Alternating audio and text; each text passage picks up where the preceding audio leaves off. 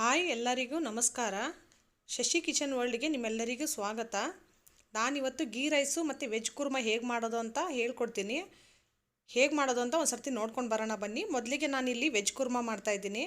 Veg Kurma ಮಾಡೋಕ್ಕೆ ನಾನಿಲ್ಲಿ ದಪ್ಪ ಒಂದು ಮೀಡಿಯಮ್ ಸೈಜು ಈರುಳ್ಳಿ ಈ ಥರ ಕಟ್ ಮಾಡಿ ಹುರ್ಕೋತಾ ಇದ್ದೀನಿ.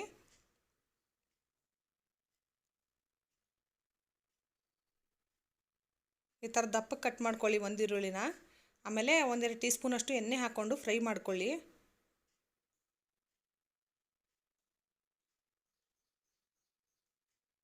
ಮಿಕ್ಸ್ ಮಾಡಿ ಎಲ್ಲನೂ ಎಣ್ಣೆಲಿ ಒಂದು ಸರ್ತಿ.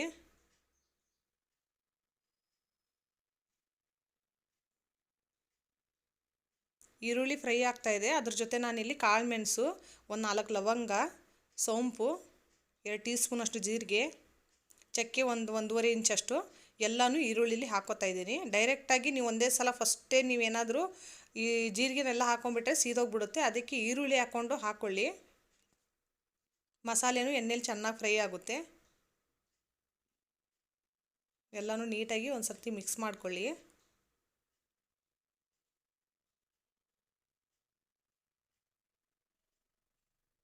ನೋಡಿ ಕಾಣಿಸ್ತಾ ಇರ್ಬೋದು, ಚಕ್ಕೆದೆಲ್ಲ ಕಲರ್ ಚೇಂಜ್ ಆಗಿದೆ. ಇವಾಗ ಶುಂಠಿ 2 ಇಂಚಷ್ಟು ಶುಂಠಿನ ನಾನು ಕಟ್ ಮಾಡಿ ಇಟ್ಕೊಂಡಿದ್ದೆ ಈ ಥರ. ಇದನ್ನು ಕೂಡ ಸೇರಿಸ್ಕೊಂಡಿದ್ದೀನಿ.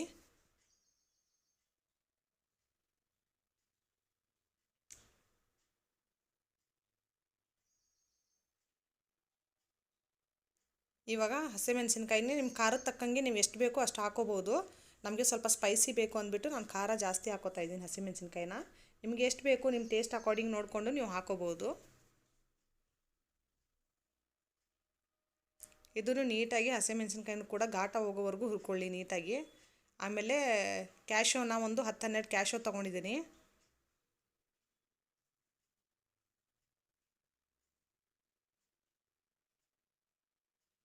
ಆಮೇಲೆ ಒಂದು 10 ಎಸಳಷ್ಟು ಬೆಳ್ಳುಳ್ಳಿ ತೊಗೊಂಡಿದ್ದೀನಿ.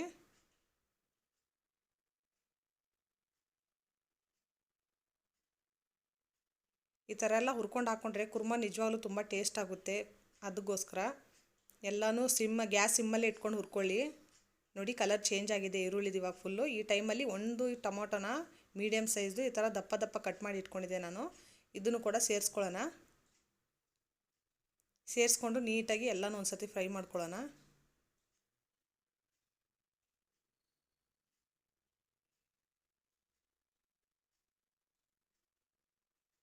ನಮಗೆ ಇದು ಮಸಾಲೆ ಎಲ್ಲ ಜಾಸ್ತಿ ಹೊತ್ತೋದೇನು ಬೇಡ, ಜಸ್ಟ್ ಸ್ವಲ್ಪ ಮೆತ್ತಗಾದರೆ ಸಾಕು. ಅಲ್ಲಿವರೆಗೂ ಫ್ರೈ ಮಾಡ್ಕೋಬೇಕು.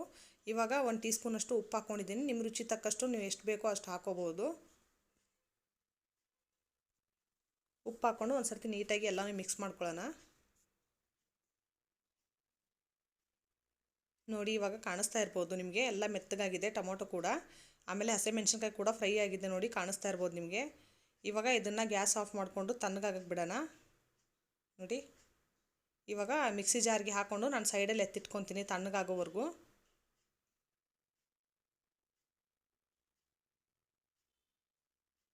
ಎಲ್ಲನೂ ನೀಟಾಗಿ ಹಾಕ್ಕೊಳ್ಳಿ.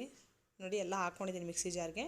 ಇವಾಗ ಇದಕ್ಕೆ ಒಂದು ಹಾಫ್ಗಿಂತನೂ ಕಡಿಮೆನೇ ಕೊಬ್ಬರಿನ ತೊಗೊಂಡಿದ್ದೀನಿ. ಆಮೇಲೆ ಪುದೀನ ಒಂದು ಬಟ್ಲಷ್ಟು ತೊಳೆದು ನೀಟಾಗಿ ವಾಶ್ ಮಾಡಿ ಇಟ್ಕೊಂಡಿದ್ದೆ. ಕೊತ್ತಂಬರಿನೂ ಕೂಡ ವಾಶ್ ಮಾಡಿ ಇಟ್ಕೊಂಡಿದ್ದೆ. ಇದನ್ನು ಕೂಡ ಒಂದು ಬಟ್ಲಷ್ಟು ತೊಗೊಂಡಿದ್ದೀನಿ.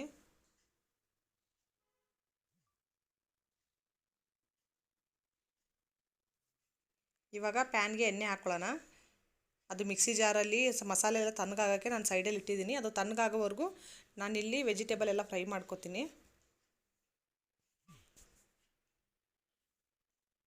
ಇವಾಗ ಎಣ್ಣೆ ಬಿಸಿಯಾಗಿದೆ. ಇವಾಗ ನಾನು ತರಕಾರಿ ತೊಗೊಂಡಿದ್ದೀನಿ. ಇಲ್ಲಿ ಕ್ಯಾರೆಟ್ ಒಂದು, ಆಲೂಗೆಡ್ಡೆ ಒಂದು, ಬೀನ್ಸು ಒಂದು 5-6 ತೊಗೊಂಡಿದ್ದೆ ನಾನು, ಬಟಾಣಿ ಒಂದು 125 ಗ್ರಾಮಷ್ಟು, ಆಮೇಲೆ ನೂಕಲ್ಲು ಚಿಕ್ಕದು 2 ತೊಗೊಂಡಿದ್ದೆ. ದಪ್ಪ ಇದ್ದರೆ ಒಂದೇ ಸಾಕು. ಎಲ್ಲನೂ ಒಂದೇ ಸರ್ತಿ ಸೇರಿಸ್ಕೊಂಡು ಎಣ್ಣೆಯಲ್ಲಿ ಮಿಕ್ಸ್ ಮಾಡಿಕೊಂಡು ಫ್ರೈ ಮಾಡ್ಕೊಳ್ಳೋಣ. ನಿಮಗೆ ಈ ಸೈಜಲ್ಲಿ ಕಟ್ ಮಾಡ್ಕೊಳ್ಳಿ. ಇದಕ್ಕಿಂತ ದಪ್ಪ ಕಟ್ ಮಾಡಿಕೊಂಡ್ರೆ ಏನಾಗುತ್ತೆ ಅಂದರೆ ಮೊದಲು ಸ್ವಲ್ಪ ನಾವು ಬೇಯಿಸ್ಕೋಬೇಕಾಗುತ್ತೆ ತರಕಾರಿನೆಲ್ಲ. ನಾನಿಲ್ಲಿ ಬೇಯಿಸ್ಕೋತಾ ಇಲ್ಲ, ಯಾಕಂದರೆ ಅದರ ಫ್ಲೇವರ್ ಎಲ್ಲ ಹೋಗ್ಬಿಡುತ್ತೆ ನಾವು ಬೇಯಿಸ್ಕೊಂಡಾಗ. ಅದಕ್ಕೆ ನಾನು ಡೈರೆಕ್ಟಾಗಿ ಸಣ್ಣಗೆ ಕಟ್ ಮಾಡಿಕೊಂಡು ಎಣ್ಣೆಲ್ಲ ಫ್ರೈ ಮಾಡ್ಕೋತಾ ಇದ್ದೀನಿ. ಇವಾಗ ನಾನು ಮಿಕ್ಸಿಗೆ ರುಬ್ಕೊಂಡಿದ್ದೆ ಮಸಾಲೆನೆಲ್ಲ ನೋಡಿ ಆಗಿದೆ. ಈ ಥರ ನುಣ್ಣಕ್ಕೆ, ಜಾಸ್ತಿ ನುಣ್ಣಕ್ಕೂ ಬೇಡ ಜಾಸ್ತಿ ದಪ್ಪನೂ ಬೇಡ, ನೋಡ್ಕೊಂಡು ರುಬ್ಕೊಳ್ಳಿ. ತರಕಾರಿನೂ ಎಣ್ಣೆಲಿ ಫ್ರೈ ಆಗ್ತಾಯಿದೆ, ನೀರು ಬಿಟ್ಕೊಂಡಿದೆ ನೋಡಿ ತರಕಾರಿ ಎಲ್ಲ. ತರಕಾರಿಲಿರೋ ನೀರಿನ ಅಂಶ ಎಲ್ಲ ಹೋಗೋವರೆಗೂ ಫ್ರೈ ಮಾಡ್ಕೊಳ್ಳಿ. ಇವಾಗ ಒಂದು ½ ಟೀ ಸ್ಪೂನಷ್ಟು ಉಪ್ಪು ಹಾಕಿದ್ದೆ. ಉಪ್ಪು ನೋಡ್ಕೊಂಡು ಹಾಕ್ಕೊಳ್ಳಿ, ಯಾಕಂದರೆ ಆಲ್ರೆಡಿ ನಾನು ಮಸಾಲೆ ರುಬ್ಬೋವಾಗಲೂ ಉಪ್ಪು ಹಾಕ್ಕೊಂಡಿದ್ದೆ. ಮಸಾಲೆಲು ನೋಡಿಕೊಂಡೇ ಹಾಕ್ಕೊಳ್ಳಿ. ಇವಾಗ ಉಪ್ಪು ಹಾಕ್ಕೊಂಡು ಒಂದು ಸರ್ತಿ ಎಲ್ಲನೂ ನೀಟಾಗಿ ಮಿಕ್ಸ್ ಮಾಡ್ಕೊಳ್ಳೋಣ. ತರಕಾರಿಗೆ ಉಪ್ಪೆಲ್ಲ ಮಿಕ್ಸ್ ಆಗಬೇಕಲ್ಲ, ಅದಕ್ಕೆ.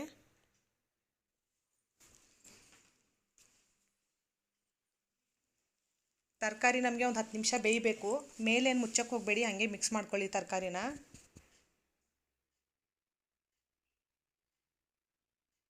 ಇವಾಗ ಒಂದು ½ ಟೀ ಸ್ಪೂನಷ್ಟು ಅರಿಶಿನ ಸೇರಿಸ್ಕೊಂಡಿದ್ದೀನಿ.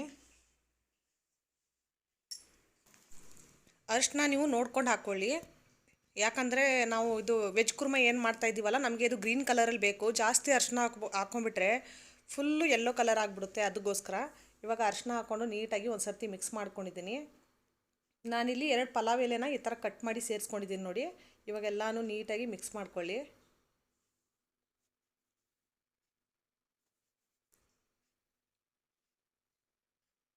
ಇವಾಗ 1 ಟೀ ಸ್ಪೂನಷ್ಟು ನಾನಿಲ್ಲಿ ಮಸಾಲೆ ಖಾರನ ಹಾಕ್ತಾಯಿದ್ದೀನಿ. ನಿಮ್ಮ ಹತ್ರ ಇದು ಇಲ್ಲ ಅಂದರೆ ಚಿಲ್ಲಿ ಪೌಡ್ರ್ ಕೂಡ ಸೇರಿಸ್ಕೋಬೋದು, ಆದರೆ ಖಾರ ಮಾತ್ರ ನೋಡ್ಕೊಂಡು ಹಾಕ್ಕೊಳ್ಳಿ. ಯಾಕಂದರೆ ನಾನು ಆಲ್ರೆಡಿ ಚಿಲ್ಲಿನ ಸೇರಿಸ್ಕೊಂಡಿದ್ದೀನಿ, ಹಸಿಮೆಣ್ಸಿನ್ಕಾಯಿನೂ ಸೇರಿಸ್ಕೊಂಡಿದ್ದೀನಿ. ಅದಕ್ಕೆ ಸ್ವಲ್ಪ ನೋಡಿಕೊಂಡೇ ಹಾಕ್ಕೊಳ್ಳಿ, ಜಾಸ್ತಿ ಖಾರ ಆಗಿಬಿಡುತ್ತೆ ಇಲ್ಲಾಂದರೆ. ಇವಾಗ ಎಲ್ಲನೂ ಒಂದು ಸರ್ತಿ ನೀಟಾಗಿ ಮಿಕ್ಸ್ ಮಾಡ್ಕೊಳ್ಳೋಣ.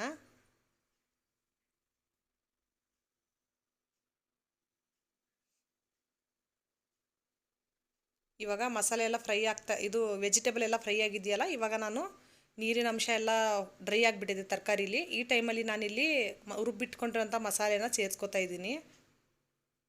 ಸೇರಿಸ್ಕೊಂಡು ನೀಟಾಗಿ ಮಿಕ್ಸ್ ಮಾಡ್ಕೊಳ್ಳಿ ಒಂದು ಸರ್ತಿ. ನೋಡಿ ಯಾವ ರೀತಿ ಮಿಕ್ಸ್ ಆಗ್ತಾಯಿದೆ, ಈ ಥರ ಮಿಕ್ಸ್ ಮಾಡ್ಕೊಳ್ಳಿ ಎಲ್ಲನೂ. ನೋಡಿ ಎಲ್ಲ ಎಷ್ಟು ನೀಟಾಗಿ ಮಿಕ್ಸ್ ಆಗ್ತಾಯಿದೆ. ಎಣ್ಣೆ ಸೈಡಲ್ಲಿ ಕಾಣಿಸ್ತಾ ಇರ್ಬೋದು ನಿಮಗೆ, ಬಿಟ್ಕೋತಾ ಇದೆ ಎಣ್ಣೆ ಯಾವ ರೀತಿ. ಒಂದು 2 ನಿಮಿಷ ಮಸಾಲೆಲ್ಲೇ ಕುದಿಯೋಕ್ಕೆ ಬಿಡಿ. ನೋಡಿ ಎಲ್ಲ ತಿರುಗಿಸ್ಕೊಳ್ಳಿ ಒಂದು ಸರ್ತಿ. ಎಲ್ಲ ನೀರಿನ ಅಂಶ ಎಲ್ಲ ಡ್ರೈ ಆಗಬೇಕು ನಮಗೆ, ಅಂದರೆ ತರಕಾರಿ ಎಲ್ಲ ಸ್ವಲ್ಪ ಮಸಾಲೆ ಎಲ್ಲ ಹಿಡ್ಕೋಬೇಕು, ಅದಕ್ಕೋಸ್ಕರ.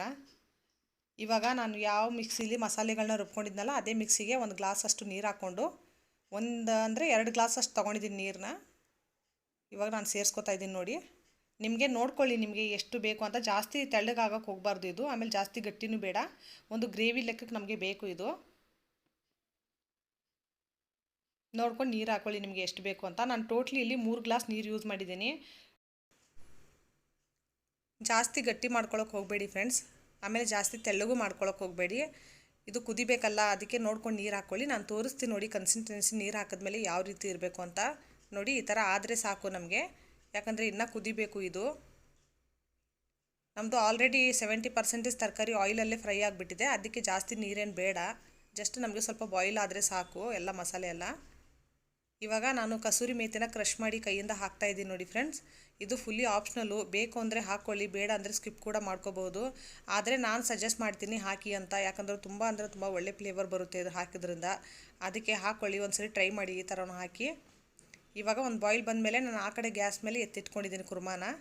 ಅದು ಬಾಯ್ಲ್ ಆಗೋವರೆಗೂ ನಾವಿಲ್ಲಿ ಗೀ ರೈಸ್ಗೆ ರೆಡಿ ಮಾಡ್ಕೊಳ್ಳೋಣ.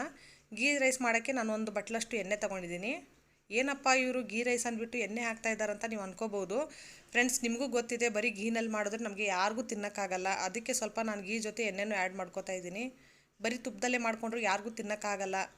ನಿಮಗೆ ಬೇಕು ಅಂದರೆ ನೀವು ಬರೀ ತುಪ್ಪದಲ್ಲೂ ಮಾಡ್ಕೋಬೋದು. ನಾನು ಬರೀ ತುಪ್ಪದಲ್ಲಿ ಮಾಡಿದ್ರೆ ನಮ್ಮ ಮನೇಲಿ ಜಾಸ್ತಿ ಯಾರೂ ತಿನ್ನಲ್ಲ, ಅದಕ್ಕೆ ನಾನು ಸ್ವಲ್ಪ ಎಣ್ಣೆನೂ ಮಿಕ್ಸ್ ಮಾಡ್ಕೊಂಡಿದ್ದೀನಿ. ಇವಾಗ ಎಣ್ಣೆ ಕಾಯ್ತಾ ಇದೆ. ಇದು ಕಾಯ್ದ ಮೇಲೆ ನಾನೊಂದು ½ ಇಂಚಷ್ಟು ಚಕ್ಕೆನ ಆ್ಯಡ್ ಮಾಡ್ಕೊಂಡಿದ್ದೀನಿ. ಚಕ್ಕೆ ಫ್ರೈ ಆಗ್ತಾಯಿದೆ. ಇವಾಗ ಚಕ್ಕೆ ಫ್ರೈ ಆಗಿದೆ. ಇಲ್ಲಿ ನಾನೊಂದು 4 ಲವಂಗನೂ ಆ್ಯಡ್ ಮಾಡ್ಕೊಂಡಿದ್ದೀನಿ, ಇದು ಕೂಡ ಫ್ರೈ ಆಗಬೇಕು. ಇವಾಗ ಒಂದು 4 ಏಲಕ್ಕಿ ಹಾಕ್ಕೊಂಡಿದ್ದೀನಿ, 2 ಪಲಾವ್ ಎಲೆನ, 2 ಹಸಿಮೆಣ್ಸಿನ್ಕಾಯಿನ ಈ ಥರ ಉದ್ದುದ್ದಾಗಿ ಕಟ್ ಮಾಡಿ ಹಾಕ್ಕೊಂಡಿದ್ದೀನಿ. ಹಸಿಮೆಣ್ಸಿನ್ಕಾಯಿ ಜಾಸ್ತಿ ಹಾಕ್ಕೊಳ್ಳೋಕೆ ಹೋಗಬೇಡಿ. ಆಮೇಲೆ 1 ಈರುಳ್ಳಿನ ಈ ಥರ ಉದ್ದುದ್ದಾಗಿ ಕಟ್ ಮಾಡಿ ನಾನು ಇಟ್ಕೊಂಡಿದ್ದೆ, ಇದನ್ನು ಕೂಡ ಸೇರಿಸ್ಕೊಂಡಿದ್ದೀನಿ ನೋಡಿ. ಇವಾಗೆಲ್ಲನೂ ನೀಟಾಗಿ ಫ್ರೈ ಮಾಡ್ಕೊಳ್ಳಿ. ಒಂದು ಸ್ವಲ್ಪ ಕಲರ್ ಚೇಂಜ್ ಆಗಬೇಕು ಈರುಳ್ಳಿದು, ಆಮೇಲೆ ಗೋಲ್ಡನ್ ಕಲರ್ ಬರಬೇಕು, ಅಲ್ಲಿವರೆಗೂ ಹುರ್ಕೊಳ್ಳಿ. ಈ ಕಡೆ ಕುರ್ಮಾ ನೋಡಿ ಕುದೀತಾ ಇದೆ.